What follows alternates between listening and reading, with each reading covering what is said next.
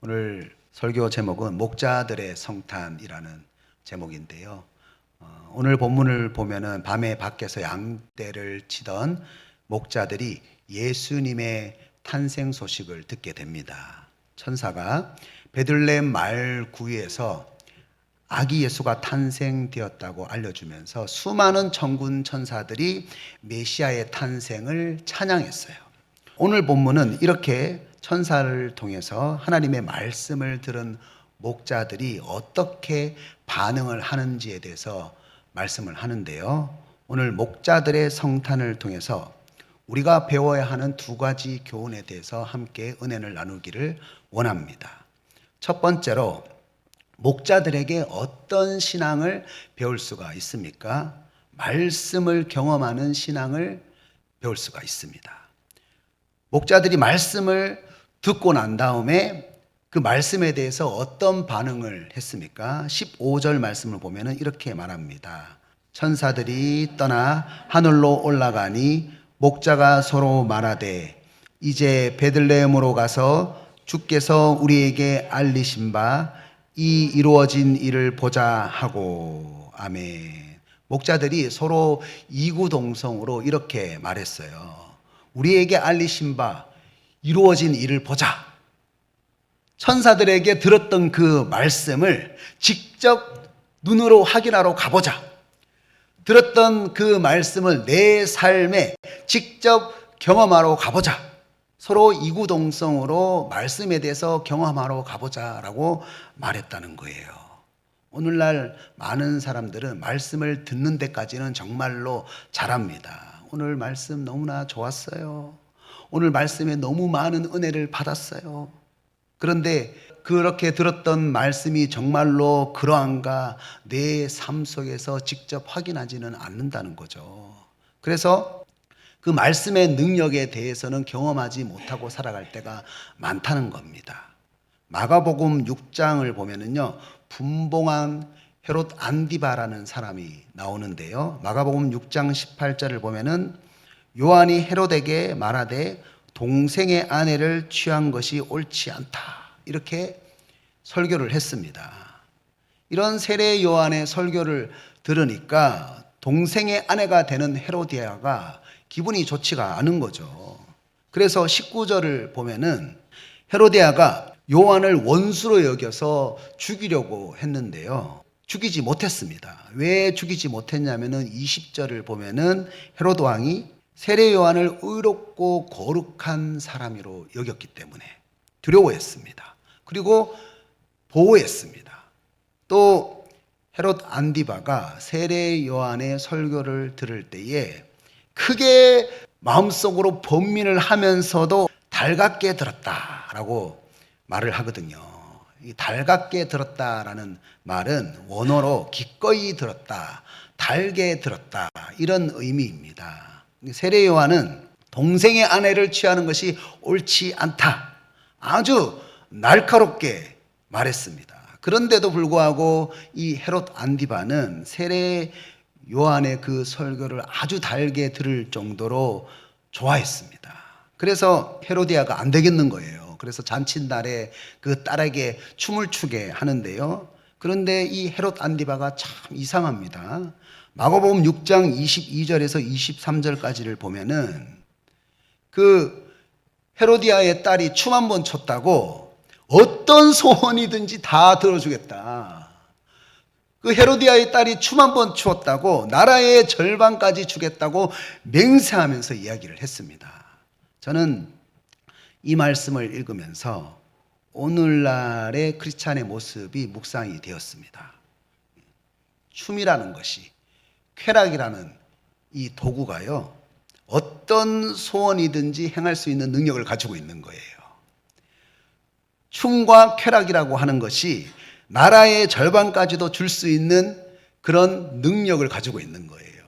여러분, 그렇지 않습니까? 말씀을 정말로 아멘하고 달게 듣습니다. 그런데 그 말씀이 나의 생활을 날카롭게 간섭할 때는 크게 번민을 할 때가 많다는 거예요. 그래서 말씀을 듣는 데까지만 그치고 그 말씀에 대해서 삶 속에 행하지 못할 때가 많다는 겁니다. 그런데요, 여러분, 쾌락만을 위한 세속적인 그 문화에 대해서는요, 쉽게 장벽을 허물어 버리고 어떤 대가도 지불하면서 실천하는 모습을 보일 때가 많다는 거예요. 이 헤롯 안디바의 모습이 오늘날의 크리스찬의 모습이 아닌가 저는 묵상하게 되었습니다. 왜 그렇습니까? 들은 말씀을 삶 속에서 확인하고 경험해야겠다는 그 관심보다는 세속적인 문화에 더 많은 관심을 가지기 때문에 세속적인 문화에 실천하는 것에 내 몸이 반응할 때가 있다는 거예요. 사도행전 17장 11절을 보면은요, 베레아 사람들이 나옵니다. 그런데 이 베레아 사람들은 말씀을 받고 난 다음에 이것이 그러한가 하여 날마다 성경을 상고했다. 날마다 성경을 상고했다. 베레아 사람들은 말씀을 듣고 야, 말씀이 좋았다. 말씀이 은혜가 되었다. 이렇게 끝나지 않았습니다. 이것이 정말로 그러한가? 깨달은 말씀을 삶 속에서 확인하고 경험하는 것이 그들의 관심사였고 우선순위였다는 겁니다. 여러분, 목자들이 천사들로부터 말씀을 들은 시간이 언제입니까? 여러분, 한밤중이에요. 지금 일부 목자들은 잠을 자고 일부 목자들은 양떼를 치고 있습니다. 피곤하거든요. 얼마나 피곤하겠습니까? 그런데도 불구하고 목자들에게 가장 우선이 되는 것이 무엇이었습니까? 가장 관심을 가지고 있는 것이 무엇이었습니까? 바로 내가 들었던 말씀을 직접 눈으로 확인하고 내 삶 속에서 경험하는 것이었다는 거예요. 또 12절 말씀에서 너희가 구유에 있는 아기를 볼 것이다. 이것이 메시아라는 증거다. 보통 사람들이 이런 말을 듣는다고 한다면 아니 어떻게 온 세상을 구원할 메시아가 그 베들레헴이라는 동네에 그것도 침대가 아니라 말 구유에서 날 수가 있지? 이렇게 의심을 하면서 들은 말씀에 대해서 믿지 않고 웃을 수가 있는 거예요. 동방 박사들이 그 헤롯 왕궁에 가서 그 서기관들에게 들었잖아요. 메시아가 베들레헴에서 태어난다는 사실을 들었습니다. 서기관들은 구약 성경을 통해서 메시아가 베들레헴에 태어난다는 것을 알고 있었습니다. 그런데 그렇게 말씀에 대해서 알고 있었지만 왜 그 사람들은 그 말씀에 대해서 확인하지 않았습니까? 왜 아기 예수님에게 찾아가서 경배를 하지 않았습니까? 자기가 생각하기에 메시아가 베들레헴에서 태어나는 것이 말이 안 된다고 생각했어요. 이해가 되지 않는 거예요. 그런데 목자들은 메시아가 베들레헴 말구유에 나셨다. 전혀 이해가 되지 않는 그런 말씀일 수가 있지만 믿음을 가지고 행했다는 거예요. 믿음을 가지고 직접 눈으로 경험하기 위해서 찾아다녔다는 겁니다. 여러분, 베들레헴의 말구유가 한 개입니까? 베들레헴 지역이 아무리 작다고 해도 말구유가 한두 개가 아닐 거예요. 그 말구유가 있는 집을, 예수님이 놓여있는 말구유가 있는 집을 찾아다니기가 쉽지가 않는 거예요. 그렇다면 밤에 춥잖아요. 피곤하잖아요. 몇 번 찾아보다가 들었던 말씀에 대해서 의심하면서 포기할 수도 있는 거거든요. 그런데 16절 후반절을 한번 보세요. 빨리 가서 찾았습니다. 여기서 찾았다는 단어가 원어로 휴리스코라고 하는데 한 번만 찾은 것이 아니라 반복해서 계속해서 찾아다녔다는 그런 의미입니다. 그러니까 목자들이 베들레헴에 있는 말구유를 한 번이 아니라 계속해서 여러 번 찾았다는 것은 그만큼 관심을 가지고 있었고 그만큼 그 사람들의 삶에 있어서 그 말씀을 경험하는 것이 우선순위였다는 겁니다. 그래서 목자들은 그 들었던 말씀에 대해서 어떻게 해야 됩니까? 삶 속에서 경험하게 되었다는 겁니다. 누구와 대화를 할 때 우리가 이런 얘기를 들을 때가 있죠. 그 말은 맞는 것 같아요. 그 말은 맞는 것 같아요. 내 상식선에서 그 말이 이해가 되었다. 수긍이 되었다. 그런 말입니다. 그런데 우리가 하나님의 말씀을 대할 때에도 그렇게 대할 때가 있어요. 그 말씀은 맞는 것 같습니다. 내 상식에서 이해가 되거나 동의가 되는 말씀에만 아멘을 할 때가 많다는 겁니다. 조금 믿음이 있는 분들은요, 이해가 되지 않더라도 들었던 말씀대로 딱 한 번은 순종을 합니다. 딱 한 번은 순종을 해요. 그런데 그 말씀이 완전히 내 삶 속에서 경험될 때까지 순종하지 않을 때가 많다는 거예요. 여러분, 메뚜기와 하루살이가 재미있게 놀았어요. 그리고 메뚜기가 하루살이에게 우리 내일 놀자 이렇게 얘기를 했다고 합니다. 그러니까 하루살이가 내일이 뭔지 몰라요. 그래서 메뚜기가 열심히 하루살이에게 내일에 대해서 설명을 했는데요. 그래도 하루살이가 내일이 뭔지를 몰라요. 그래서 메뚜기가 이제 하루살이하고는 수준 차이가 나서 내가 못 놀겠다 이렇게 생각을 하고 이제 메뚜기가 개구리하고 놀았어요. 그런데 이제 겨울이 되니까 개구리가 이렇게 얘기를 합니다. 메뚜기야, 우리 내년에 놀자. 그러니까 메뚜기가요, 내년이 뭔지 몰라요. 내년이. 그래서 개구리가 내년에 대해서 열심히 설명을 해줬습니다. 그런데도 내년을 몰라요. 저는 이 우화에 대해서 들으면서 하나님과 우리 사이를 보는 것 같았습니다. 우리와 하나님 사이에 이런 영적인 수준 차이가 있다는 거예요. 그런데 이런 영적인 수준 차이를 극복하는 것이 무엇입니까? 말씀을 듣는 믿음과 말씀을 행하는 믿음입니다. 여러분, 말씀을 들을 때에 이해가 되지 않지만 그것을 믿는 믿음이 있어야 되는 거예요. 그리고 이해가 되지 않지만 그 말씀에 대해서 직접 경험하기 위해서 내 삶에서 실천하는 믿음이 있을 때에 하나님과 우리 사이에 있는 영적인 그 갭이, 수준이 어떻게 됩니까? 믿음을 통해서 극복될 수가 있다는 것입니다. 우리가 말씀을 듣고 행할 때에 어떻게 됩니까? 20절 말씀을 한번 보세요. 목자들이 자기들에게 이르던 바와 같이 듣고 본 그 모든 것으로 인하여 하나님께 영광을 돌리고 찬송하며 돌아가니라. 아멘. 저는 20절 말씀을 읽으면서 예배, 찬양에 대해서 묵상이 되었어요.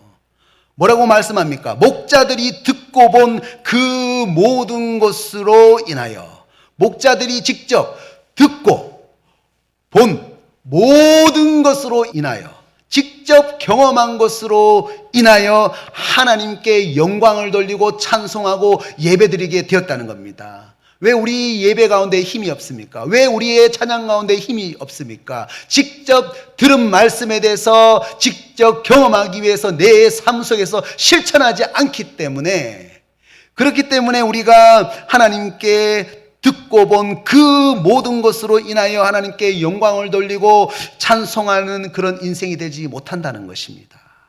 우리가 말씀을 듣고 그 말씀을 삶 속에서 직접 행할 때에 내 삶 속에서 직접 경험한 하나님을 찬양하고 예배할 수가 있다는 것입니다. 그래서 히브리서 11장 6절 말씀을 보면 이렇게 말씀하죠. 믿음이 없이는 하나님을 기쁘시게 하지 못하나니 하나님께 나아가는 자는 반드시 그가 계신 것과 또한 그가 자기를 찾는 자들에게 상 주시는 이심을 믿어야 할지니라. 아멘. 믿으십니까? 여러분, 말씀을 내 삶에서 경험하기 위해서 들었던 그 말씀이 이해가 되지 않는다고 하더라도 반복해서 행하는 믿음으로 살아있는 말씀을 경험하고 진정한 찬양으로 하나님께 영광 돌리시기를 주님의 이름으로 축복합니다. 두 번째로 목자들에게 어떤 신앙을 우리가 배울 수가 있습니까? 말씀을 전파하는 신앙을 배울 수가 있습니다. 당시에 목자들은 들판에서 늘 양들과 함께 생활하다 보니까 옷에는 언제나 땀 냄새가 나고 짐승 냄새가 진동했습니다. 짐승 냄새. 그래서 목자들은 사람들에게 천한 사람으로 취급을 받았고 사회에서 증인으로 설 수가 없었다고 합니다. 그런데 오늘 본문 17절 말씀을 보면은 보고 천사가 자기들에게 이 아기에 대하여 말한 것을 전하니 경험한 것을 어떻게 했습니까? 전했다. 목자들은 천사들에게 들었던 말씀, 경험했던 그 말씀을 전하려고 했습니다. 그런데 여러분, 누가 이 천한 목자의 말을 들어주겠습니까? 증인으로서 효력이 없는데 누가 메시아가 말구유에 나셨다는 말을 믿어주겠습니까? 우리가 듣고 경험했던 말씀을 전하지 못하는 이유가 있어요. 두 가지 이유입니다. 첫 번째는 내가 과연 복음을 전할 만한 존재인가? 내가 이렇게 사는데, 이렇게 천하게 사는데 내가 과연 복음을 전할 만한 존재인가? 두 번째는 내가 전하는 복음을 과연 사람들이 들어줄까? 이렇게 생각을 합니다. 이 두 가지 때문에 우리가 듣고 경험했던 그 말씀에 대해서 전하지 못할 때가 상당히 많다는 거예요. 이 물음에 대해서 대답을 해주는 말씀이 있습니다. 하나님은 왜 나처럼 천한 사람을 택해서 복음을 전하라고 하실까? 고린도전서 1장 26절에서 29절 말씀 보면 이렇게 말씀합니다. 형제들아, 너희를 부르심을 보라. 육체를 따라 지혜로운 자가 많지 아니하며 능한 자가 많지 아니하며 문벌 좋은 자가 많지 아니하도다. 그러나 하나님께서 세상에 미련한 것들을 택하사 지혜 있는 자들을 부끄럽게 하려 하시고 세상에 악한 것들을 택하사 강한 것들을 부끄럽게 하려 하시며 하나님께서 세상에 천한 것들과 멸시받는 것들과 없는 것들을 택하사 있는 것들을 폐하려 하시나니 이는 아무 육체도 하나님 앞에서 자랑하지 못하게 하려 하심이라. 아멘. 여러분, 내가 약해서 하나님의 말씀을 전할 수 있는 존재가 되지 못한다고 여러분 생각을 하십니까? 여러분, 왜 하나님께서는 내가 천한데, 약한데, 멸시받는데, 왜 증인으로 설 수 없는데 증인으로 삼아 주셨습니까? 자기만을 자랑하는 잘못된 부와 권력과 명예를 폐하기 위해서 약하고 천하고 멸시받는 사람들을 택하셨다는 거예요. 오직 하나님만 자랑하기 위해서 약한 나를 하나님께서 선택하셨다는 것입니다. 그렇습니다. 나는 질그릇처럼 약해요. 천합니다. 멸시를 받습니다. 그런데 질그릇같이 약하고 멸시받을 수밖에 없는 그런 연약한 존재 안에 무엇이 담겨 있습니까? 말씀이 담겨 있는 거예요. 복음이 담겨 있는 거예요. 질그릇은 약하지만 그 질그릇 안에 있는 말씀은 능력이 있는 거예요. 믿으십니까? 그래서 로마서 1장 16절에서 이렇게 말씀합니다. 내가 복음을 부끄러워하지 아니하노니 이 복음은 모든 믿는 자에게 구원을 주시는 하나님의 능력이 됨이라. 아멘. 하나님의 능력이 됨이라. 믿으십니까? 나는 질그릇처럼 연약하지만 내 안에 담겨 있는 복음은 능력이 있다는 거예요. 모든 믿는 자들에게 구원을 주시는 능력이 있다는 것입니다. 그것을 우리가 믿을 때에 나는 약하지만 그 하나님의 능력이 되는 복음을 우리가 전할 수가 있다는 거예요. 목자들은 증인으로 설 수 없는 천한 자기들의 신분을 바라보지 않았습니다. 오직 목자들에게 담겨 있는 보물 같은 말씀, 그 기쁜 소식만 바라봤다는 거예요. 그래서 17절에서 보물이 되는 그 말씀에 대해서 그대로 어떻게 했습니까? 말한 것을 전했다는 거예요. 그랬더니 여러분 어떤 반응이 나타났어요? 18절 말씀을 한번 읽어보도록 하겠습니다. 시작. 듣는 자가 다 목자들이 그들에게 말한 것들을 놀랍게 여겼어요. 좋아했다는 게 아니에요. 헬라어로 에다오 마산이라고 하는데 이상하게 생각했다는 거예요. 이상하게 생각하면서 놀랐다는 거예요. 그런데 여러분 19절 말씀을 보세요. 마리아는 이 모든 말을 마음에 새기어 생각하니라. 그래도 마리아는 좋게 생각을 했네. 생각을 할 수 있겠지만 여러분 목자들의 입장에 한번 대보세요. 말씀을 전했는데 이상하게 생각하는 반응이 있습니다. 물론 마리아는 좋게 반응을 했지만 마리아의 반응을 목자들이 알 수 있습니까? 여러분 저는 이 말씀을 읽을 때에 마리아의 반응을 목자들이 알 수가 없어요. 왜? 마리아가 어떻게 반응을 했습니까? 19절을 보면은 이 모든 말을 어디에 새겼다고요? 마음에 새기어 생각했다. 그러니까 반응을 어떻게 했습니까? 마음속으로 한 거예요. 여러분들도 아멘 안 하지만 마음속으로 아멘 할 때가 있잖아요. 그것처럼 마리아가 마음속으로 깊이 새겼다는 거예요. 아주 깊이 아멘을 했다는 겁니다. 그런데 혼자 마음에 새겨서 생각을 하는데 어떻게 반응이 좋은지, 내가 말씀을 전했는데 열매가 있는지 알 수가 있습니까? 저는 이 말씀을 보면서 한 가지 교훈을 깨닫게 되었습니다. 우리들이 말씀을 나누고 전할 때에 사람들의 반응을 보면서 열매가 있다, 없다 이렇게 생각할 때가 많잖아요. 그런데 말씀을 전할 때에 눈에 보이지 않을 뿐이지 보이지 않는 열매들이 반드시 있다는 겁니다. 보이지 않는 열매들이 반드시 있다. 프랭크 제너라는 할아버지가 있는데요. 그 호주 시드니 조지가에서 40년 동안 하루도 빠지지 않고 실례합니다. 구원을 받으셨나요? 오늘 밤 죽으면 천국에 가십니까? 이렇게 3가지 문장으로 전도를 했다고 합니다. 40년 동안 복음을 전할 때에 단 한 명도 자기에게 와가지고 당신 때문에 내가 예수를 믿게 되었습니다 라고 말하는 사람이 없었다고 합니다. 그래서 제너가 이제 나이가 많이 들었잖아요. 그래가지고 자기 사역에 대해서 평가를 하는데 열매 없는 열심이었다 이렇게 평가를 했습니다. 그런데 영국 런던에 사는 한 목사님의 교회에서 아주 신기한 일이 일어났습니다. 오전 예배를 마치려고 할 때에 뒤에서 낯선 사람이 일어나서 간증을 해도 되겠냐고 얘기를 하는 거예요. 그래서 간증을 해보라고 했더니 제가 친척을 만나러 시드니 조지가를 걷고 있을 때에 한 노인이 저에게 다가와서 이렇게 말했습니다. 실례합니다. 구원 받으셨나요? 오늘 밤 죽으면 천국에 가십니까?